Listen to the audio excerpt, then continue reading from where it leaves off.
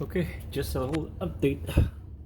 So I took the sump out to inspect the bottom, see if there's any cracks in the well.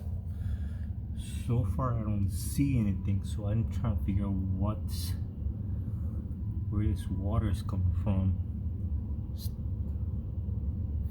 So definitely not.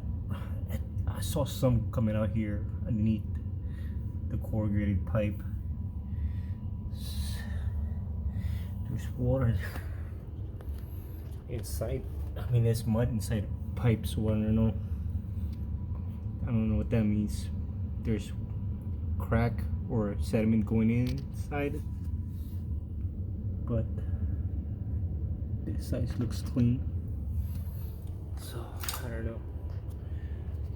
So no clue. I'm gonna try to drain this.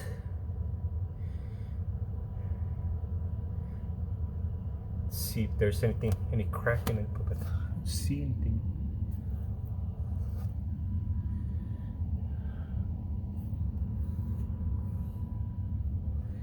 There's no crack in here.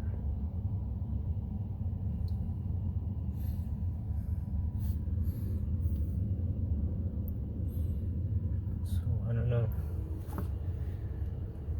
We'll see.